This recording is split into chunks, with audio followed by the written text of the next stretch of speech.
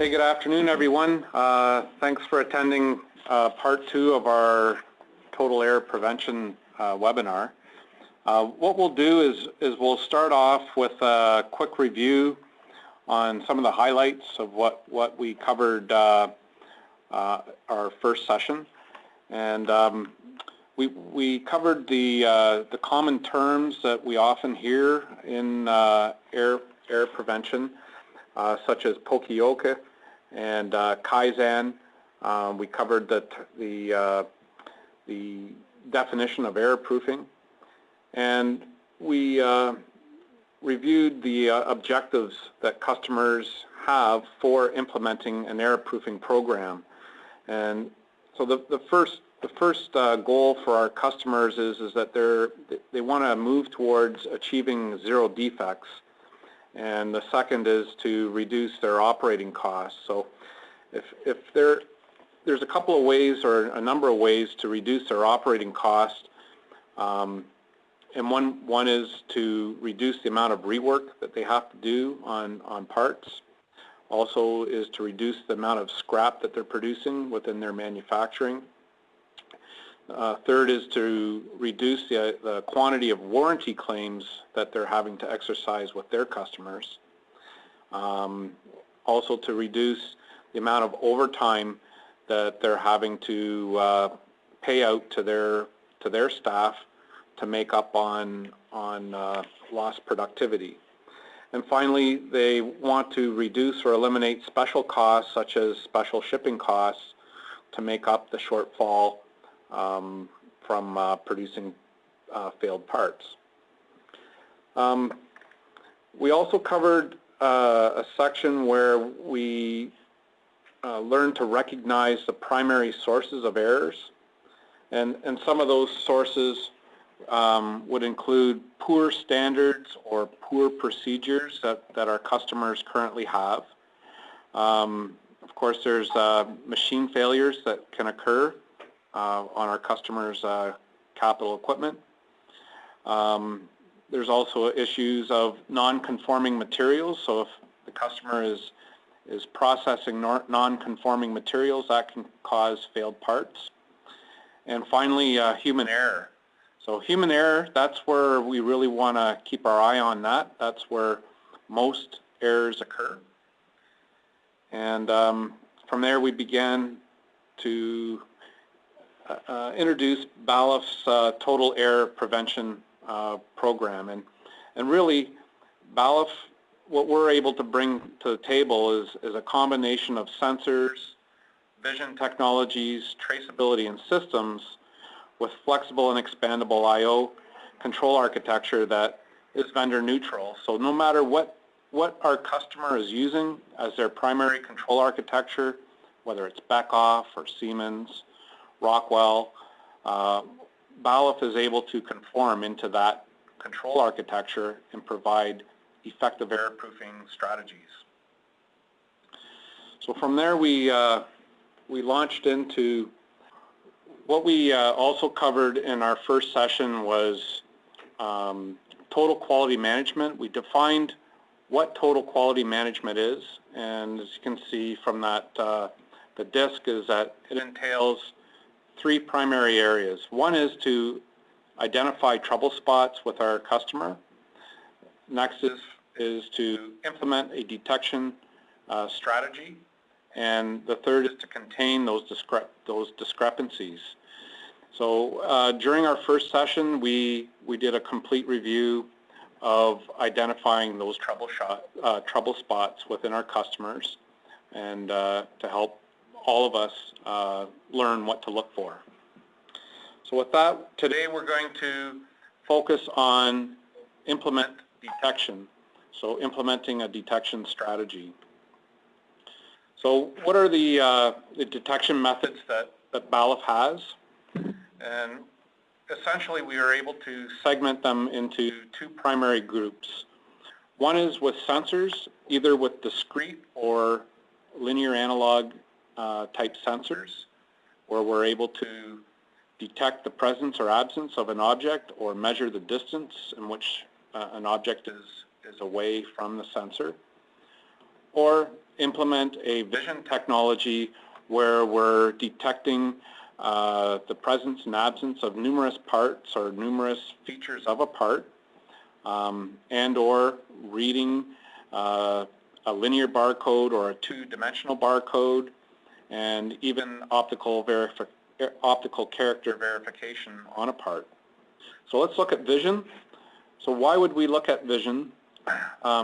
Here we're seeing parts traveling along a linear conveyor. Certainly a discrete sensor could detect those products, but if we look closely at the products on the conveyor, we'll note that they're positioned on the conveyor in different positions, and they're also in different orientations. So in this case, the parts are not fixtured, and that would serve to be somewhat problematic for a discrete sensor, but certainly bodes well for the use of a vision sensor.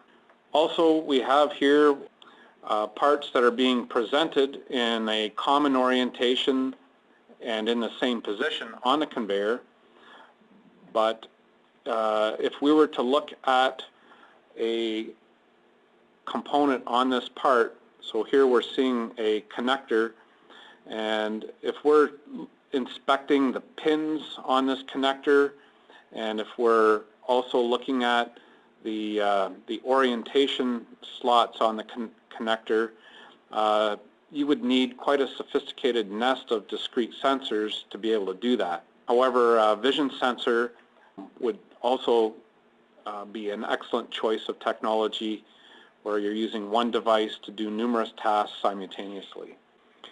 Here is another example of where vision is being used.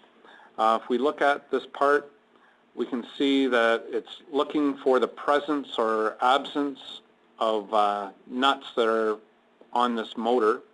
These nuts could be placed by human hand, and they may be up or down on that bolt in different positions. That may be somewhat problematic for a discrete sensor, but by using a vision inspection system, we can create the parameters where we can look for that nut, even though it's in a random or a random position. We're able to detect that on a repeatable basis. So it's a simplistic way of solving this type of a problem. So we're gonna cover now some various examples of using sensors to resolve a customer's application or solving their problem. So if you could maybe just look at these applications. So the first application on the left, if you can picture in your mind's eye what this sensor is doing. Here at the top, you can see a sensor is operating correctly, and here it's failing the part. So in this case, we're actually looking for the presence and absence of a thread on a bolt. On this application, we have a sensor that's providing a good part and a failed part. Here we're simply looking to ensure that the trim is correctly installed on the base part. In this application, we're effectively detecting a part, and here the sensor is failing. In this case, we simply want to know whether the part is correctly in position. And this example here, we have a through beam sensor looking at a part, making sure that a component is installed on the part. Here we see the part is not present, so the beam is made true. So we're obviously missing a part. So we just want to show that there's many different ways to try and give you ideas of where and how to use various Balluff technologies to help you and your customer provide an effective error-proofing solution. So in this case, here we're seeing the presence of a target on a base, and here we are not, so the sensor is giving a failed output. So we're obviously missing a component on a base part. So this is a good example here of sequence. Sequencing will be a term that you'll hear commonly in error proofing. So we've got all the parts present, but in this case here, we have the parts in the correct sequence, but in this case, this bottom washer is on the top side where that should in fact be laying flat on the base.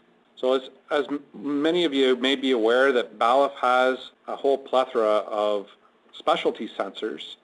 So in this case here, we're looking at a sealant or grease. So there's a couple of ways that we could do that. One would be using a UV sensor. So if the grease or the sealant has a UV injected into that product, we could see the presence or absence of that sealant or grease by the presence or absence of the UV. Another strategy would be if it's a different color. So here we're seeing a blue. Here's the absence of the blue, so we could be using a color sensor to help us in determining what product is best suited for that. Here's simply as well as for color matching, so we could use a Balluff color sensor for detecting the correct color on the base part. So in this case, there's a part measurement.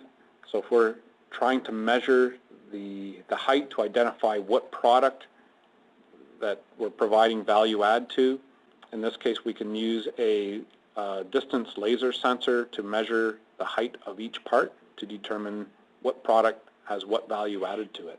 In this case is a similar type strategy, is having the same type of sensor used, but we want to know here that that nut has been properly torqued into position so that it's properly seated and securing the entire part together. So color sequencing. In many manufacturing process, there may be multiple colors of parts assembled into a master part, and they're to go into a certain order. So here we have, we want to make sure that the correct color matching, so we have a blue label with a light blue label with a darker blue background. A color sensor that we have can differentiate the difference between close hued colors, and this is also an example of that, is that we have numerous products that are of a beige or brown type color, and our color sensors are able to differentiate in a robust fashion the difference between each color. So now we'll talk a little bit about spatial positioning so that we can track positioning of tools so that they can provide specific subassembly of components on a master part. So here we have a torque gun that's moving on a x-axis using one of our linear transducers. So as that torque gun moves forward and backward, we're able to exactly provide positioning feedback as to where that torque gun is. So if we're to do sequencing, certain nuts to be tied down in a specific order, this will tell the capital equipment or the controller where it is, and if it's in the wrong position, then the controller could inhibit the torque gun from operating. Here we have our linear encoder, linear position encoder, where we have a magnetic tape on this part. As it rotates, we're able to verify the positioning of that material. So this is an automotive seating line, and take some of the background out of it. So when the customer is doing subassembly of this part on the manual station, we're able to track where the torque wrench is moving on an X and Y axis. So this helps to ensure that the operator is making the correct sequence of torquing on that master part. Here we have a stapler that's traveling on an x-axis, and we have a Balluff transducer here in the background. So as this moves along this x-axis, the correct stapling can be done at the correct areas where the staple is to be done. So we're not putting extra staples into the product, and we're stapling exactly where the fastening needs to be done on that component. So now let's look at some vision-based applications. As we talked about, we're able to do multiple inspections. We're able to look at random locations, and the part does not need to be fixtured. So those are three huge advantages to vision-based technologies that Balluff is able to provide to you and to your customer. So here we're looking to verify the presence of components and proper injector width. So what we're looking at here, we're finding that the product is missing an O-ring and missing a cap. So we're able to detect multiple failures on a common component at the same time. For bearing applications, we're looking to make sure that the gap between the bearings is correct. So in this case, we have examples where the gap between bearings is incorrect and is able to trigger a reject of that part. So this prevents more value add to being implemented in a part with a failed component. In this case, we're looking at surface mount application in the electronics business. So we're looking at connectors, capacitors, and making sure they're in correct orientation. With capacitors, there's typically a mark on the component denoting its orientation. So here we're able to detect numerous faults, incorrect orientation, and here we're missing connectors on that printed circuit board. Traceability for just in sequence. So with our vision-based products, we're able to read barcodes. So just not only linear barcodes, but we're also able to read two-dimensional barcodes, which is becoming more and more popular. And in addition to, we're able to do optical character verification. So we can read that information with our vision-based product.